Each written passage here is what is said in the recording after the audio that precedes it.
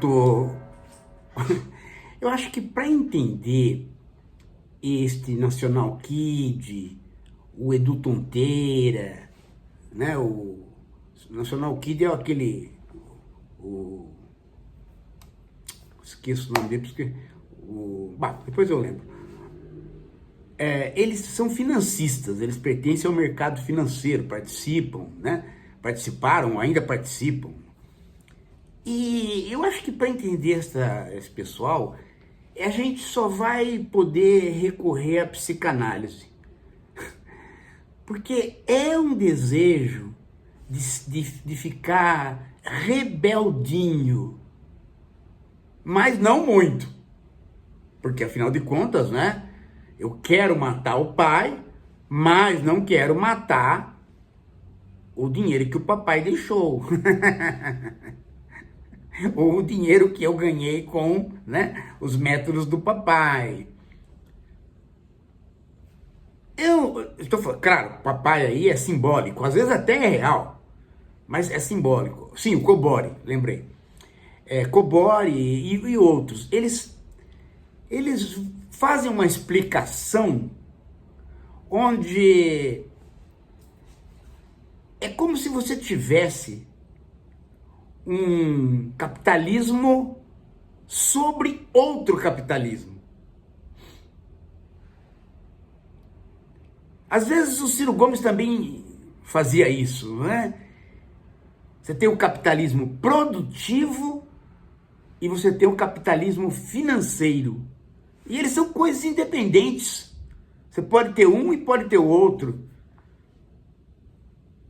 E aí então as pessoas começam a achar que o mal da nossa situação é viver sob o capitalismo financeiro.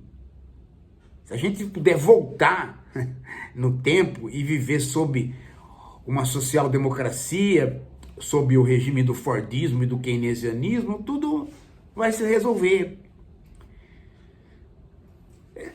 Gente, primeira coisa, essas explicações, elas são simplórias, gente.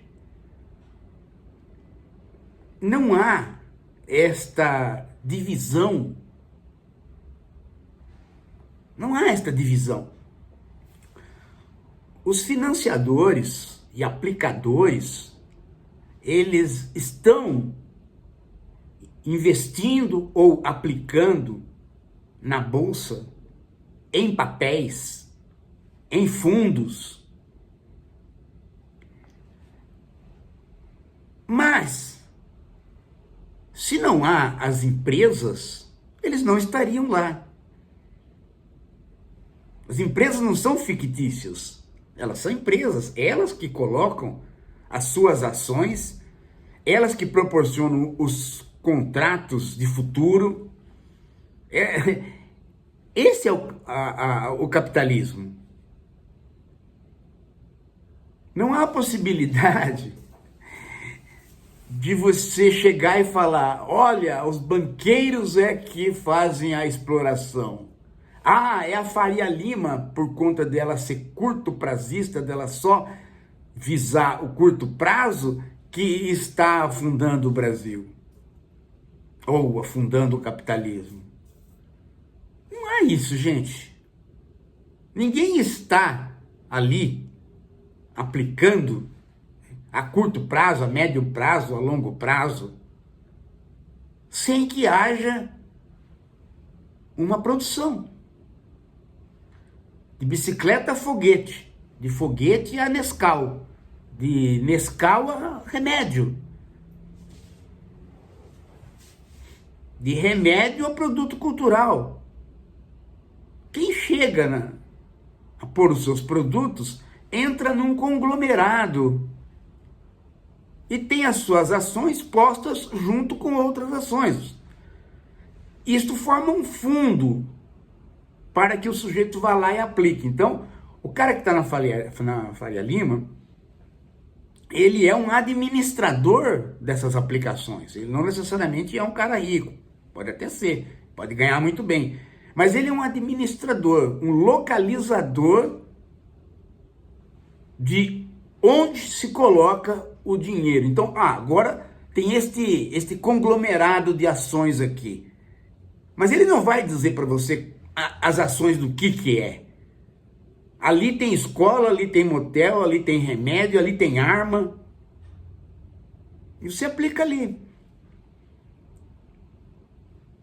E os dividendos que você tem podem ser dividendos mensais, mas você pode também ficar ao sabor do administrador no sentido dele comprar e vender, dele fazer apostas. Então, você recebe mais a curto prazo.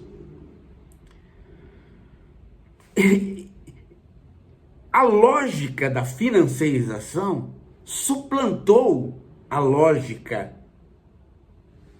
da produção. Mas não que elas se desvincularam, virou dois tipos de capitalismo. Do jeito que o Edu Tonteira fala, a raiva dele dos bancos, dos banqueiros, né? O jeito que o Cobori fala, que o pessoal da Faria Lima não está preocupado com o Brasil, põe uma cláusula que você fica pensando assim, então são más pessoas, eles deveriam estar preocupados. Mas eles não podem estar preocupados, porque eles têm que estar a serviço do acúmulo do capital. O empresário também está a serviço do acúmulo do capital. O acúmulo do capital pode ser devido à mais-valia e pode ser devido ao capital fictício, à produção do capital fictício, juros sobre juros, venda sobre venda, dinheiro. Então, se fosse dois tipos de atuação, nós teríamos, né, uma vez eu até brinquei aqui com vocês, né? Se os banqueiros são só 5 famílias, com um ato terrorista você elimina as 5 famílias e pronto, né? A política do Ciro Gomes estava encaminhando para isso. A mesma coisa do Tonteira, mesma coisa o National Kid, o Cobori, porque eles precisam preservar a imagem do capitalismo. Eles precisam dizer que há algo no capitalismo que é ruim, mas a imagem do capitalismo, não, esta é boa. Então eles falam que para haver desenvolvimento de longo prazo, o Estado tem que participar. E aí você fala, puxa, então aí o caminho é a China. A China usa o Estado para dirigir os investimentos. Oba, descobrimos o caminho do capitalismo. Agora, quando o Edu Tonteira, eu não sei, mas esses dias eu estava vendo o National Kid, ele terminou dizendo, você veja os Estados Unidos, veja isso, mais isso, mais isso, mais celular, mais não sei o que tem. Quem que desenvolveu? Aí ele vai falar o Departamento de Defesa. Ou seja, quando o Estado entra, ele não entra necessariamente para fazer desenvolvimento social. Isso é uma ilusão, pô. O Estado, dentro do capitalismo, ele entra para fazer o desenvolvimento de corporações que dominam o Estado. E uma delas, além dos empresários, dos próprios empresários, é a indústria da guerra, é a indústria da morte. E tem um outro detalhe ainda, que eles não conseguem fazer a crítica, né? Porque o Estado virou o barco de salvação deles, né? Já que a gente condena o capitalismo liberal e neoliberal, vamos então preservar alguma coisa do capitalismo falando bem de um instrumento que parece ser anticapitalista, que é o Estado. Não, o Estado é puramente um instrumento do capitalismo. Ele é o favorecedor de todo tipo de experiência a principal finalidade não é a melhoria da população, é a morte da população. É agrotóxico, é remédio contra a dor, mas não é remédio contra a dor porque você vai tirar a dor de quem está doente, não, é porque você vai criar outras doenças através da guerra. Com um detalhe, preste bem atenção no que eu vou falar agora. com um detalhe, bem atenção, a maior parte dos investimentos do Estado, o Cobori estava falando, é a fundo perdido, tem que investir a fundo perdido. É dinheiro porque não é perdido, né? É dinheiro que o Estado investe para pensar mais tarde lá. Tem coisa que dá certo, tem coisa que não dá certo, mas é o Estado que tem que fazer isso, porque o empresário não vai fazer. Ah, que bom, que ótimo, que legal. Só que ele esqueceu de dizer uma coisa. Quem é o Estado? Quem sustenta o Estado? Nossos impostos. Então, se você faz investimento a fundo perdido, depois, quando se tem lucro, o lucro não é dividido. Você pega uma empresa, você pega o Estado, investe num tipo de empresa, investe em outro tipo, investe em outro tipo. Em geral, associado já de início aos capitalistas. Aí chega uma hora que cinco tentativas dão com os burros na água e uma dá lucro. O que acontece? Aquele prejuízo é socializado, você pagou imposto e não volta nada para você. E aquele lucro é capitalizado, vai só para aquele que deu certo e que o Estado endossou. Não há uma divisão daqueles lucros. Há uma questão indireta, do tipo, a tecnologia melhorou a vida de várias pessoas. Então foi isso, foi a tecnologia. Se a gente não tivesse feito isso, né, estaríamos andando a cavalo ainda. Então aí está o benefício para todos. Ora, isso não é o benefício para todos. O benefício para todos seria se a companhia que deu lucro, ela tivesse dividendos reais para todos aqueles e cobrisse o prejuízo de todos nós, porque nós investimos naquela que não deram. Isso que é o fundo perdido que o Estado faz. O Estado não construiu escola, o Estado não construiu hospital, isso é secundário. O Estado construiu a rodovia, tanque, experiência de guerra, satélite para guerra. O processo civilizacional do Estado é essencialmente capitalista. Por isso, gente, é que nunca param as guerras. Começa uma aqui, estoura outra ali, elas são controladas exatamente por estados que estão associados à acumulação capitalista. Quando você vê que alguma coisa está dando errado, bom, peraí, então vamos salvar a situação? De que maneira? Inventa uma guerra aqui.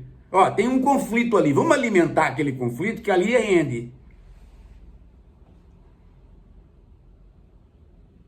Então, tudo bem que quando a gente vai ver as empresas de tecnologia, de alta tecnologia, a maioria delas foram ajudadas pelo Estado.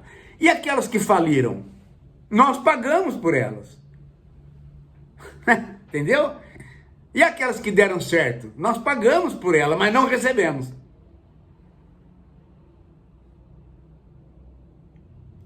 É muito importante, gente, ver esta conexão para não sair por aí, que nem esse National Kid, ou Edu Tonteira e outros por aí, né? Achando que se a gente eliminar a Faria Lima, ou eliminar os bancos, ou restringir a Faria Lima, ou restringir os bancos, nós vamos sair pela fantástica via chinesa. Ai, meu Deus, né? A fantástica via chinesa que eles não contam foi deixar o país 30 anos sem sindicato, de modo que todo mundo trabalhou feito escravo. Essa foi o chamado milagre chinês. Assim, eu quero ver fazer o milagre como a gente tem tentado fazer. Então, pera lá. Vamos ver como é que o processo da lógica da financiarização suplantou o processo da lógica da produção. A lógica, e não que há dois capitalismos, há um só. Mas a lógica da financiarização suplantou na hora que o modelo de acumulação da produção emperrou. Não acumulava mais no volume que se queria, que os empresários queriam. Então eles inventaram o deslocamento do capital para o mercado financeiro. E nesse deslocamento, tem gente que pensa que só vão os ricos. Tem gente que pensa que só participam os ricos. Uma boa parte do capital mundial que serviu para esta troca de lógica foi de fundos de pensão dos trabalhadores. Então nós nos envolvemos também. E à medida que a privatização se ampliou, todos os nossos serviços foram privatizados e nós também tivemos que nos financiar, ou seja, ter cartão de crédito, ter pequenas finanças para suprir as nossas vidas. Então o processo pegou todo mundo. Ele foi indo, né, por escalas até ele absorver a alma das pessoas. Aí o sujeito, quando vai jogar nas bets, não pode jogar, hein? Vamos tirar o Bolsa Família do cara que joga nas bets. Tudo bem, pode tirar, tá, até deve. Mas tem que entender que esta jogatina de querer ganhar as coisas rápidas não é porque apareceu um vício. É porque o sistema capitalista impõe a um vício. Ele dissemina a ideia. E isso não é uma coisa que, agora no capitalismo financeiro. O conto do Fortunatus, do menino que tinha uma bolsa, ele gastava 40 moedas e ele olhava dentro da bolsa e tinha mais 40, é de 1.500. Ou seja, é um conto capitalista já no mercado, já do âmbito financeiro.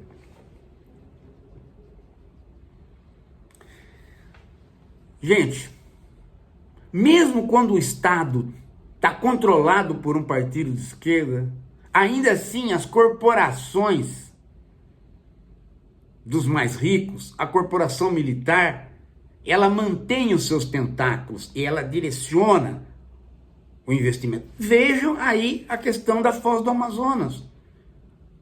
Não vamos explorar petróleo lá, não vamos explorar petróleo lá. Chega uma hora que, o Lula fala, não, nós não podemos falar que não vamos explorar. Porque se nós falarmos que nós não vamos explorar, a Petrobras perde ações na Bolsa. Se ela perder ações na Bolsa, nós não conseguimos ter dinheiro nem para fazer a troca energética e nem para sobreviver amanhã, porque a própria Petrobras nos dá lucro, porque ela, em parte, é estatal e ela nos paga com dividendos, além de nós arrecadarmos muito imposto com ela. Então veja como você tem uma compenetração que nos obriga a entender o capitalismo como um todo. Porque esta visão de Edu Tonteira, de Cobra, é a visão daqueles que querem sustentar o status quo. Você pode falar assim, mas então o Lula está nisso, mas o Lula é político. O Lula ele tem que administrar o Estado e ver quais forças. Ele não tem que vender este peixe. Quem vende este peixe de que o capitalismo tem solução é esta gente aí. Estes vendem. E o papel da esquerda reflexiva é vir mostrar como que surgiram essas coisas. E não ficar, fazendo essas divisõezinhas aí, posando de social-democrata.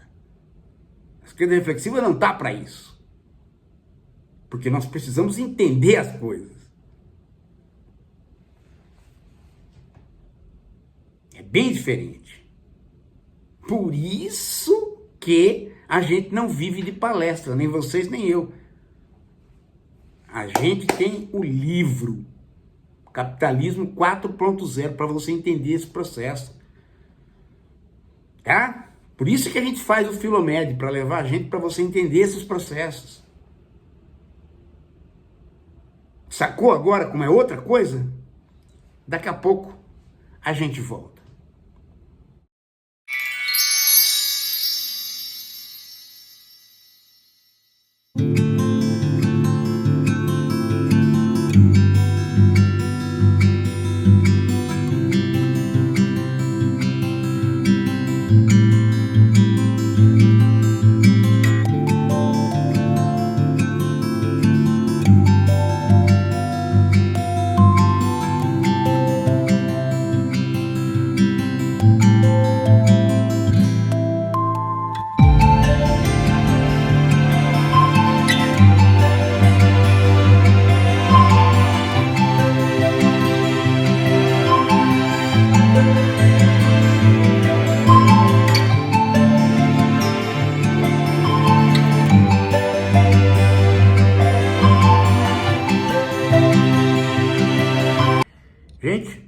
nós continuamos pedindo para você tentar colaborar com o Filomed, para a gente agora, no próximo semestre, conseguir fazer mais 6 meses de Filomed.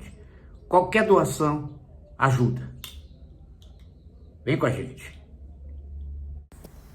Ei, faz o Pix. Faz o Pix.